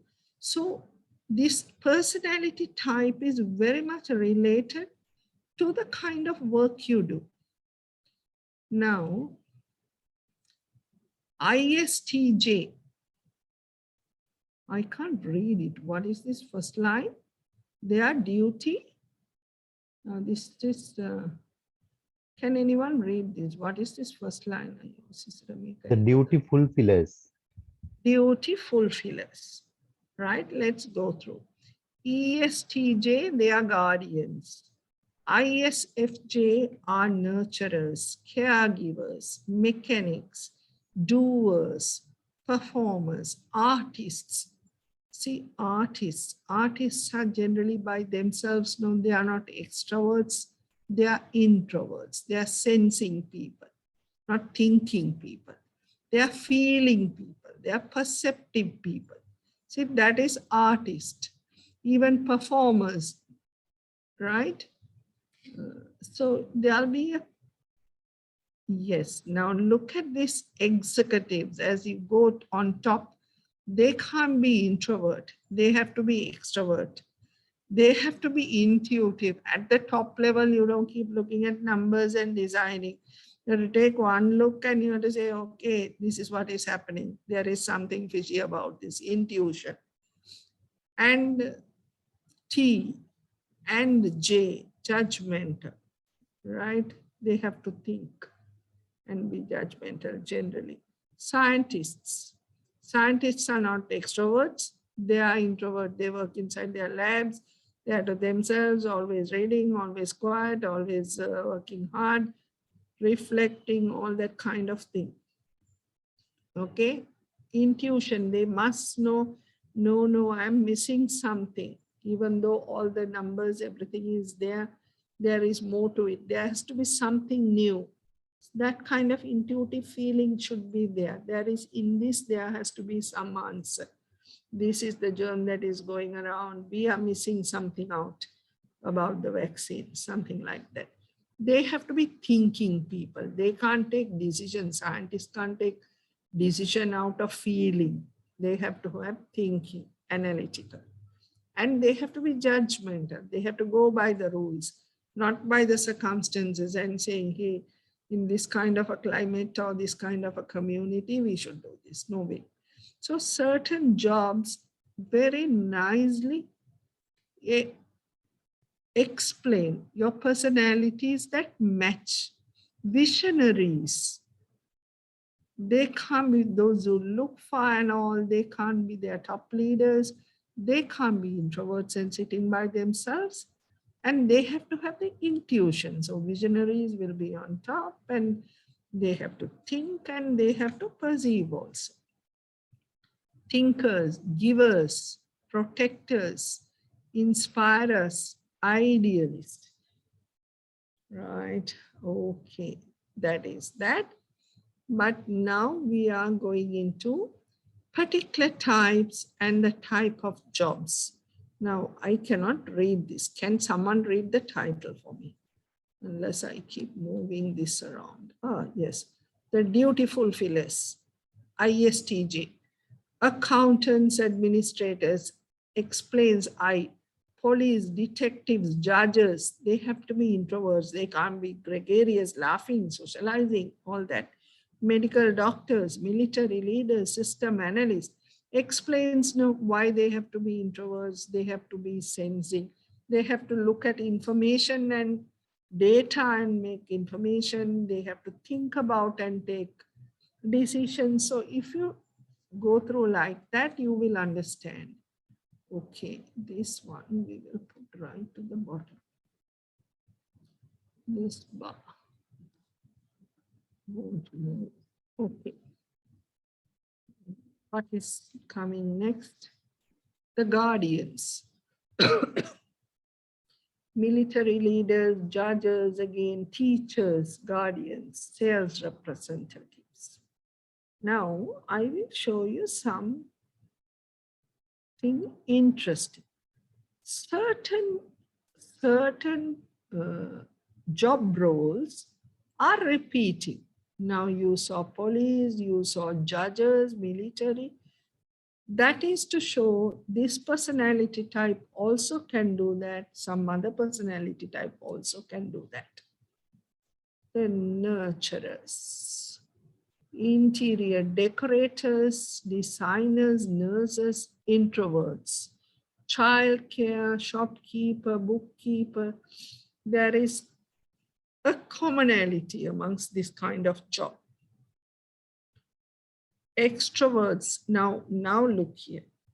Nurses, I said I also. Now the next one is saying nurse is coming for extrovert also. What does it mean? Even a teacher. Now say teacher earlier also came somewhere. Teacher came somewhere. We saw the teacher somewhere. Ah, yeah. Teacher, teacher extrovert. Sometimes teachers can be, let's take nurses, right? Nurse is here as an introvert. In the next one, nurse is there as an introvert. One is introvert, extrovert. What does that mean? Even office managers need to be extroverts. Managers also need to be introvert. Why is that? Doctors, we said introvert. Now we are saying family practice physician is an extrovert. Why is that? Depending on the situation. Sometimes nurses, they need to be careful. Now someone has undergone surgery, let's say, that person doesn't need laughing and joking and talking and singing and dancing. That person needs very meticulous, silent care. Then you need somebody who will do things according to the book, be very much quiet and thinking and all that. But supposing they are nursing somebody with dementia or something like that, then they need to be cheerful. They need to talk to the person, bring them out of rehabilitation, repair their mood, give them courage and moral support. So in certain situations, they have to be extroverts. Even teachers, if you take like that. So that's the difference, because sometimes you will find these people here and there. Okay, so go through this list. police, detective work, entrepreneurs, all that. The jobs and the types of personality which fit them. Okay, given this, now supposing you find your personality is not fitting to the type, then what? You go and throw your job away, change your job? Maybe not at this stage, right? But if you're at a stage of choosing your job, what is the kind of job that would fit me? What will I do best? At that stage, you must take your personality into account. This is why I said some big companies at the interview stage, they put people through this MBTI testing to see whether they suit the job role which is available. If it is a marketing kind of job, what's the point of taking an introvert person? He will not fit in there. A salesperson is not going to be suitable if he's a total introvert kind of a person. So at the point of selecting a job, yes, you must go into that. How do you select jobs? You must do something which you are good at and which makes you happy. But if there are certain small characteristics which are mismatching, you can try to improve. Just because everything else fits, whether you're an introvert or an extrovert is the only hurdle, you try to improve that dimension. But one can't totally change your whole personality. The best is to choose what goes best for you at the point of your choosing your career, that kind of thing, whether you want to be a photographer or whether you want to be a scientist or what, because photography is one thing where you need to be, feeling and that kind of, you need to have passion. So whether you want to be a banker or a bookkeeper is a different thing. Photography and a systems analyst are totally different jobs. Therefore, you have to make a decision depending on your personality also. Sometimes, this is not for me. I can't do this forever. For 30, 40 years, I can't do this. If you're at the beginning stage, you will know a total introvert will not go in for a marketing job. He will say, I can't be, doing this entire life of mine. I will be a failure. So at the time you choose your job, you choose according to your personality. But as you grow up in your career, there will be certain changes that will be required in your personality. Little changes you can make. Definitely, you must identify and go on making those changes, right? So go through this entire list. We don't have time to be going through one by one. If you all have any doubts, definitely we'll clarify those next time. Now, before close up, I'm rushing because I want to go through this as well. Now, we did MBTI, which is one way of assessing your personality. There is yet another way of assessing your personality, which is called the Big Five personality. The MBTI, or based on the Carl Jung personality type, it was 16 types. Another measure is 5 types, 5 dimensions, your Big Five personality. Now, even based on this, you can identify points for self-improvement to help out in your individual assignment. So actually speaking, today you can start writing your individual assignment.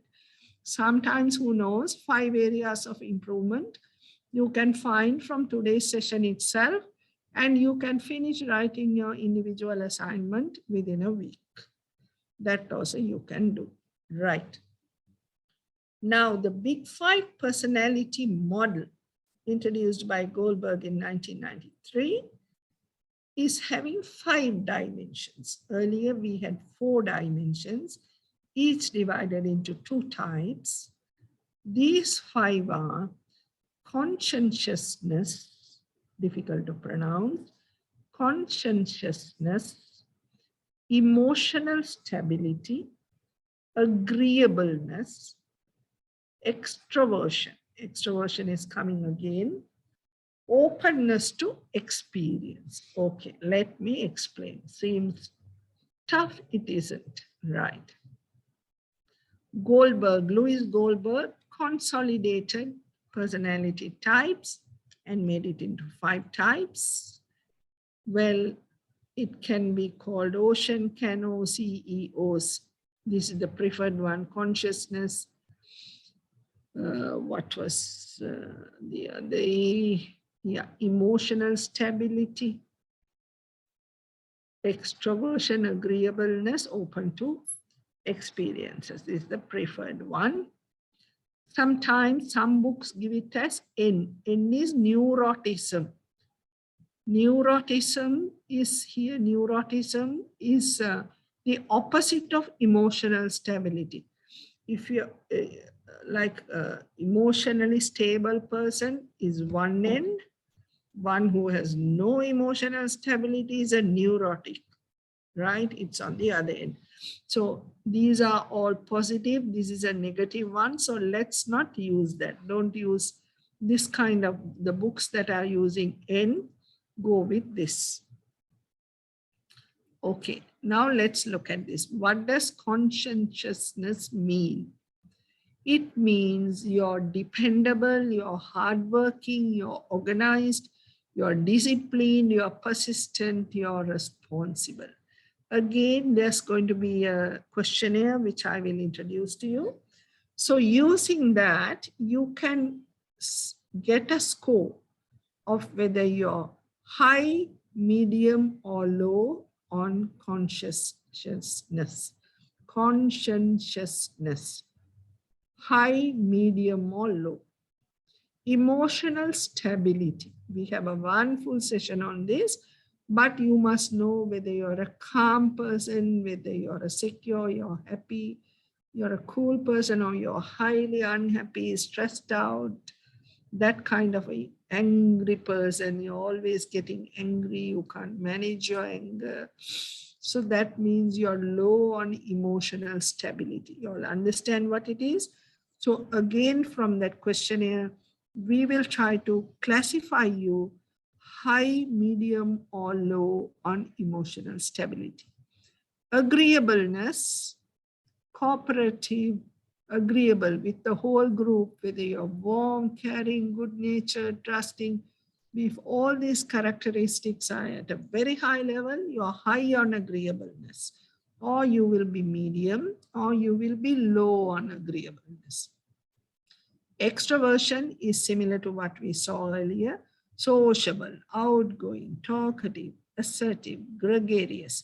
Gregarious means laughing, loud, and enjoying, that kind of thing. So either you can be high on extroversion, medium on extroversion, or low on extroversion. Openness to experience. That is whether you're curious, intellectual, whether you're a creative person, you're flexible, you're imaginative, you're artistic. Again, openness to experience can be high, medium, or low. So I'm going to now introduce to you a questionnaire from which either you will judge yourself to be high, medium, or low on this. So on all 5 of the dimensions, mark yourself high, medium, or low. And this is another area to help you out with your individual assignment. Like, for example, you can say that I'm low on emotional stability. And for my work, that is not good. And I'm going to improve on that. So you will find out, I get angry, I get stressed out, things like that. Then you must analyze reasons why I get stressed out. Okay, what am I going to do? Am I going to follow meditation programs? Am I going to go through some other what do you call that? What else would you do for emotional stability? Group work, meditation, then mindfulness. That's the word I was looking for. Whether you're going to practice mindfulness, things like that to improve your emotional stability. What am I going to do? Are you going to go in for some counseling? That kind of thing. If you're having that problem, if you turn out to be low on emotional stability and you understand that to be a critical factor which you must develop for yourself, this is about self-improvement, not necessarily your job. It's a self-improvement. Your entire individual assignment is about how you're going to improve yourself. See, this is a very value-adding course. I was fascinated by that because so many of the other technical courses, when you finish your MBA, you forget. But there are some courses which are going to be staying with you lifelong, which will add value for you to become a better person, a better manager. And this is one of these things. You have to identify your weak areas and try to work on becoming better in that selected thing. Okay. Now, assessing my big five personality. Right. Now, before going into that, I'm going to share that questionnaire. That's the thing. Cicera, I think I need your help. There's another questionnaire, right?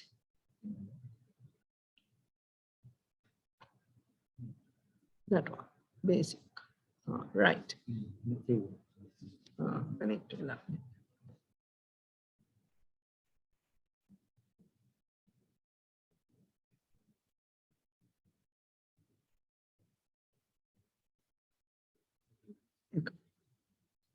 Right. Do you see the screen again? Basic personality assessment questionnaire. Listed below are 15 pairs. Now, quiet, talkative. Mark yourself in a scale of 1 to 5. Am I 1? Am I 5? Am I 3 or 2 or 4? Am I tolerant or am I very critical? Am I disorganized? Am I organized? Am I always tense or am I a calm person? Like that. Interesting, right? So go on answering those 15 questions. And then how do you mark it? Count your scores for 1, 6, and 11. Right? Here, extroversion score comes. If you have put 2 here, 5 here like that, you total it up. So do you understand? Now, for example, 1, 6, and 11, extroversion score. Now, how do I go to this? 1 is, okay. 1, am I quiet or am I talkative? Supposing I give myself 4, I'm talkative 4. So 4, 6 is, am I reserved or outgoing? If I give myself 3, so that will be 4 and 3 will be 7. The next one was 11, no? 11. Am I sociable or am I a loner? Am I sociable? Sociable 1. Let's say I give myself 2. I'm more towards sociable, less towards loner. Right? But I'm not a social butterfly, so I won't be giving myself 1. So earlier I said 4, 3, 7 and 1, 8. So my extroversion score will be 8. So like that, you go on marking the other ones. Okay. So mark all those things. So that is how you score it. And you will know whether you have got high marks, whether you have got low marks, on total or whether you are somewhere in the middle. Okay.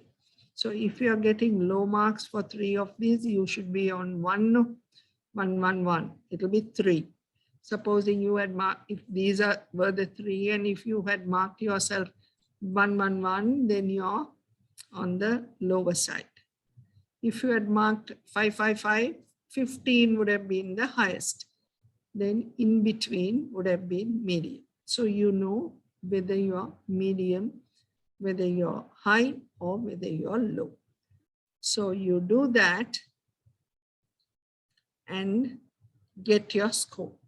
Now, since I don't have time to ask you what your type is, what I will do is next class, I'm starting with asking you, what is your MBTI type? What is your big 5 personality? And I have to do one more thing. Okay, so this session will continue for next time to ask you what your stages are. Do you see this? Yes. You see this? I'm rushing because there is another type of personality.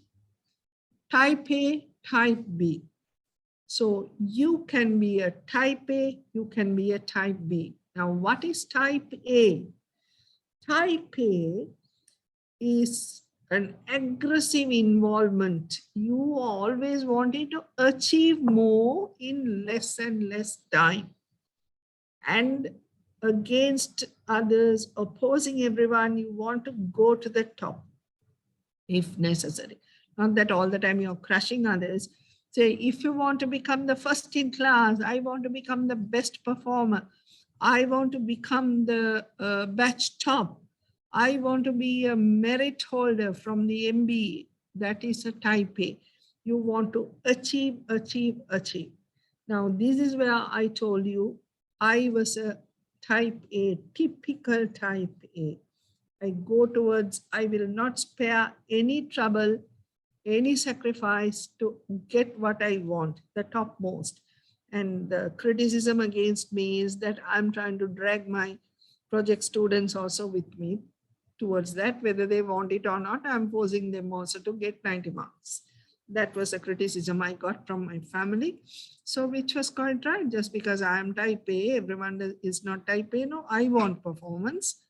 Somebody else may want just an ordinary pass. So type A is very aggressive, working non-stop all the time, workaholic, and they want to perform and get very good marks. What are their behavioral indicators? They are always on the move. They are walking and eating, doing so many things. The phone is on, you're here, you're eating, you're writing, doing so many things. Why? You have so many things to achieve, not enough time. So you're fighting for time. Impatient at the rate at which most events take place. I'm working so fast. Others are, lagging behind. They're having a good time. They went for tea. They're taking 45 minutes. Why can't they just gulp the tea down and come back? Everyone is not type A like you. They're enjoying life. So you are striving to do 2 or more things at the same time, multitasking all the time, right? So many things. You don't know what to do with free time. You can't enjoy life. You want to always work. Obsessed with numbers, measuring success, how much marks I got, what did I achieve, what was my bottom line, have I met my KPIs? So all the time, this is the behavior of a type A. On the other side, we have the type B, rarely hurried. They are not chasing numbers, they are not chasing achievements. They are not running a race in an ever increasing amount of time. What do? They don't suffer from a sense of urgency, not impatient. Cool and calm, they are doing certain job and enjoying life. They don't have to, display their achievements. I got a first class, I got a merit, I'm doing this, I'm the best performer. Is that they don't go around boasting. They don't show their achievements. They are very happy. They play for fun and relaxation. They don't have to show their superiority. They can relax without guilt. They can have free time, enjoy life. Now, which is a better one, A or a B? Which would you like to be? Well, you can't say that's your personality. Certain people are that, certain people are this. In my own family, I have two sons. I have a typical A and I have a typical B. My elder son is a typical B. He did a university degree in a foreign university in Australia, and he just barely passed. Minimum pass marks passed, but he has friends. Any country he goes, France, Switzerland, Germany, England, go anywhere, he has friends, he has had a good time, he's a happy man. He is not running a race, right? He's enjoying himself. He's B. My second son, high performer, first class, this, that, from Monash University, Australia, but type A. He doesn't feel relaxed. In fact, one day, the younger brother was on a Sunday morning. He was studying for a CIMA exam. Around 6 o'clock, he was studying because Monday he had the exam. Elder brother, after partying, comes back home only at 6 o'clock. And the elder guy comes and tells me, Mama, something is wrong with Mali. I also thought something is really wrong. So I asked, what's wrong? Why, what has happened? He said, who in their correct senses study at 6 o'clock on a Sunday? Like that. So his thinking is typical B. And the Mali is quietly coming and telling me, Amma, don't you think you should keep an eye on Aya? He's coming home only at 6 o'clock now, right? So he can't understand the type B. He is type A. So both types are there. Both types are needed. Excessive of any type has its disadvantages, can't help. That's the way you are. Either you are a type A, you are a type B. That is difficult to change. Whether you like to work and get 100 marks, you're happy with 60 marks passed, but enjoy life, have great friends, MBA, network, friends, good time, all that. Loved the experience, but I got only an ordinary pass. So it's up to you whether you want to be a type A or B, but do what you are. Try to identify your type and try to be what you are, to match your time.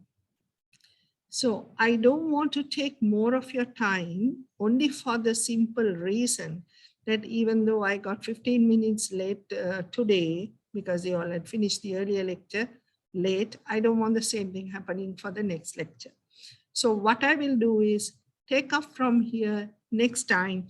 Next time, I will start with what is your MBTI type, what is your Big Five personality, and are you A or B?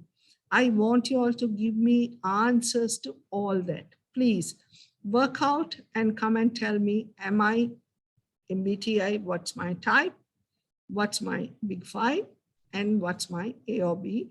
And with that, you should be well poised to answer your individual assignment. Go through the individual assignment. And if you have any doubts, we will discuss that also. So let's call it a day because 2 o'clock you have to come back for another lecture. So that's it from me. Good afternoon and stay safe and enjoy the long weekend. Thank you. Good afternoon, madam. Thank you. Thank you.